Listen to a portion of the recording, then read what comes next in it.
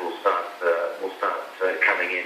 But speaking to Paula Hancock, who's out at the airport, there's no power out there. There's still very basic necessities out there as well. There is starting to pile up, but they have to get this operation really so much more into full swing. They've got so much more to do.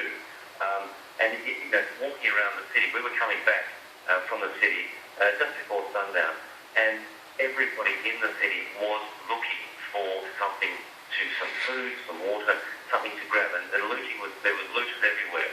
It didn't feel like a dangerous atmosphere. It's certainly lawless. There's just no sign of police. But at the moment, people are just scrounging for what they can get. They're taking anything they can find out of shops at the moment, whether it's edible or not. So if this sort of situation continues for another 24 hours or so, it is going to get very, very nasty here, I suspect. Andrew, it's 11 o'clock at night. You and your team, you've got to be exhausted. You've been going all day, trying to fan out, trying to see the situation elsewhere. How are you going to spend tonight? How are the people that you saw during your venturing around this city during the daylight hours, how are they going to spend the night? Well, a lot of people are going to be sleeping in the open. There are refuge centres which have been set up around the city, Jim.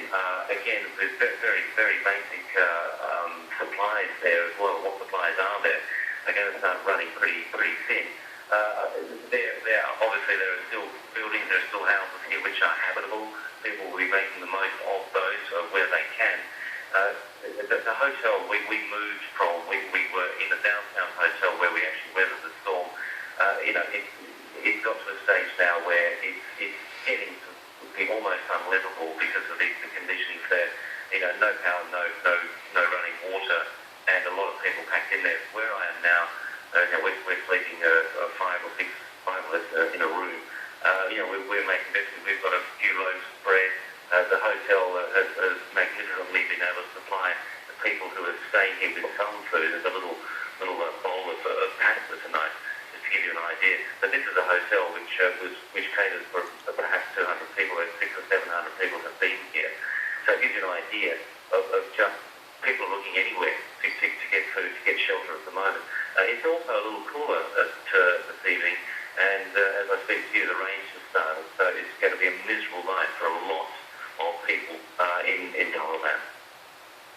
That was Andrew Stevens talking to us earlier from Tacloban, on the ground, having weathered the typhoon itself, and now in the aftermath, continuing to live alongside the people of that battered city. Now, much of Cebu province was also pummeled by Typhoon Haiyan, and that is an island in and of itself. Our reporter Chris Ducker rode out the storm in Cebu City. He joins us now by phone. Chris, you or some family members were able to get up to another area in the north of Cebu Island and take a look around at the destruction there. What did you see? Yeah, that's right, Jim.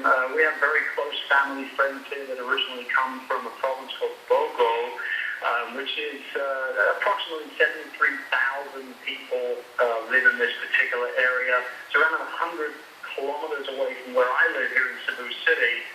They made the journey up there this afternoon after not being able to contact anyone. Communication is ultimately still pretty much zero at this particular moment in time, although power did come back on in some parts of the area in the afternoon. Roads are still completely covered with debris, which they're obviously working very, very hard on to be able to clear, hopefully by tomorrow, so that supplies can start getting through.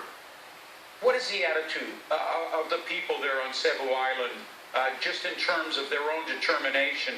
Have they suffered heavy casualties?